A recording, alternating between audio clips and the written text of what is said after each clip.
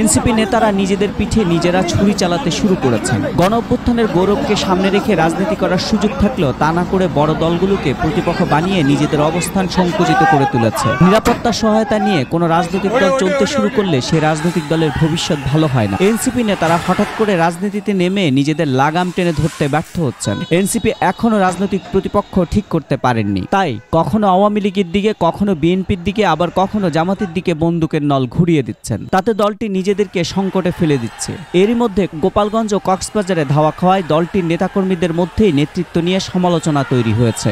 NCP নেতারা যতটা অন্য দলের সমালোচনায় জোর দিয়েছেন, ততটা নিজেরা কি করবে সেটা পরিষ্কার করতে ব্যর্থ হয়েছেন। তাই তাদের রাজনীতির পথচলা যতটা মসৃণ হওয়ার কথা, তা কণ্টকাকীর্ণ হয়ে উঠেছে। চট্টগ্রামের সমাবেশ ঘিরে এরই মধ্যে তাদের নিরাপত্তায় রাষ্ট্রীয় বাহিনী নিয়োজিত হয়েছে। অথচ রাজনৈতিক দল সভা সমাবেশ করবে খুবই স্বাভাবিক হলেও সে সক্ষমতা তারা ধরে রাখতে পারেনি। 19 জুলাই 2025 কক্সবাজারের সমাবেশে সালাউদ্দিনকে নিয়ে উল্টাপাল্টা মন্তব্য করে 20 জুলাই চট্টগ্রাম সহ সর্বত্র এনসিপির পদযাত্রা নতুন শঙ্কা তৈরি করেছে। কক্সবাজারের মতো শিলং থেকে